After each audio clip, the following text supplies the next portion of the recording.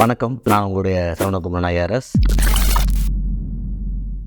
சாமியார்கள் நம்பலாமா? இப்போ செல்வராகவன் சொல்கிறார், சாமியார் நம்புறீங்கன்னா என்ன நான் பார்க்குறேன்னா 2 விஷயம் தாங்க. ஒருத்தங்க சாமியார்கிட்ட போகிறாங்கன்னா பெரும்பாலான மக்கள் சாமியார்களை தேடி போகிறதுக்கு காரணம், சாமியார் வேறு, குரு வேறு, பூஜாரி வேறு. கோயிலில் சாமிக்கு எல்லாம் அபிஷேகம் பண்ணுறது, தட்டு காட்டுறது, அவங்கெல்லாம் பூஜாரி. அவங்க ஜஸ்ட் தேர் மேக்கிங் காட் ப்ரெசன்டபிள். குருங்கிறது உங்கள் ஆத்மார்த்தமான ஒரு சிந்தனையாளராகவோ இல்லை உங்களுக்கு கைட் பண்ணுறவராக இருப்பாங்க.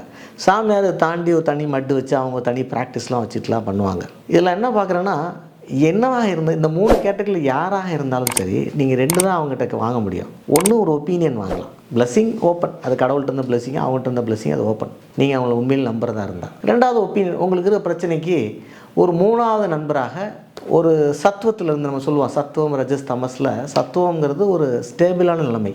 ஒரு ரஜஸில் இருக்கவன் ஐடியா கொடுக்க முடியாது, ட்ரெயினுக்கு ஓடிட்டுருக்கவன் மாதிரி அவன். தமஸில் இருக்கவன் பார்க்கில் தூங்கிட்டு இருக்கவன். 2 பேர்ட்டு ஐடியா கேட்டால் உருப்பிடுமா? ட்ரெயினுக்கு ஓடி பிடிக்கிறவன் ஐடியா கட்டில் உருப்படாது, பார்க்கில் தூங்கிட்டு இருக்கிற ஐடியா கட்டில் உருப்படாது. சத்துவங்கிறது ஒரு கோபம் இல்லாமல், ஒரு வேகம் இல்லாமல், ஆனால் அதே நேரத்தில் எனர்ஜியோடு இருக்கிறவன் தான் சத்துவத்தில் இருக்கவன். குருகள் அந்த இடத்துல இருக்கணும்னு நம்ம சொல்லுவோம். நம்ம மதம் சொல்லுது, நம்ம கலாச்சாரம் சொல்லுது. அந்த சத்துவத்தில் இருக்கிறவர்கிட்ட நீங்கள் ஒப்பீனியன் கேட்கும்போது அவங்க உங்கள் பிரச்சனையை சால்வ் பண்ணுறதுக்கு ஒரு நல்ல சொல்யூஷனை கொடுக்க முடியலும். இது 2வது. 3வது, அவங்க கொடுக்கக்கூடியது வாய்ப்பு இருக்கிறது மிஸ்டிக் டச்சுன்னு சொல்கிறோம். டாக்டர் சொல்லிட்டாரு, கையை விரிச்சிட்டாரு. அட்வொகேட் சொல்லிட்டாரு, ஐயோ முடியாது சார், ஒன்றும் ஜெயிக்காது அப்படின்ட்டாரு. ஆனால் நீங்கள் போய் கடவுள்கிட்ட போய் சரணடைகிறீங்க. அவங்க ஒரு மிஸ்டிக் டச்சில் அதை சால்வ் பண்ண முடியுமா, ஹீல் பண்ண முடியுமா? ஸோ குணமாக யாராலும், நிறைய மதங்களை பார்ப்பீங்க நீங்கள், யாராலும் குணப்படுத்த நோயை குணப்படுத்தினார் அப்படின்னு போட்டுட்ருப்பாங்க.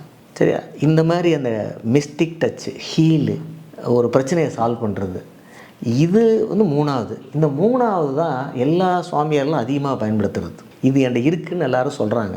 அது இருக்கா இல்லையா, அது ஒரு தனிப்பட்ட விதம். உண்மையிலே மனிதனுக்கு அவ்வளோ பவர் வருமா? குண்டலியை கொண்டு வந்து மேலே போய் வச்சுட்டாலும் வந்துடுமா? இந்த விஷயங்கள்லாம் நம்ம அடுத்து தொடர்ந்து பேசுவோம். ஆனால் சாமியார்ட்டு நீங்கள் கண்டிப்பாக பிளஸ்ஸிங்க்கும் ஒப்பீனியனுக்கும் போகலாம். மிஸ்டிக் டச்சு அவர்கிட்ட இருக்கிறத நீங்கள் கண்டுபிடிக்க முடிஞ்சால் நீங்களே அந்த உயரத்துக்கு வந்துட்டீங்கன்னு அர்த்தம்.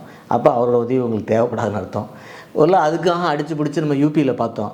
ஒரு சாமியாரை போய் காலை தொடுறதுக்கு கூட்டத்தில் அடிமோதி ஒரு 1000 பேர் போனாங்க. அவங்க பிரச்சனை சால்வ் ஆகிடுச்சுன்னா சால்வ் ஆகிடுச்சு. ஏன்னா அவங்க இறந்துட்டாங்கல்ல, இந்த உலகத்தில் என்ன பண்ண போகிறாங்க, அவங்களுக்கு எது பிரச்சனை இனிமேல். ஸோ அப்படி தான் ஒரு பிரச்சனையை சால்வ் பண்ணுறதுக்கு சாமியார்கிட்ட போகணுன்னா அது ஒரு தவறான அனுபவம்.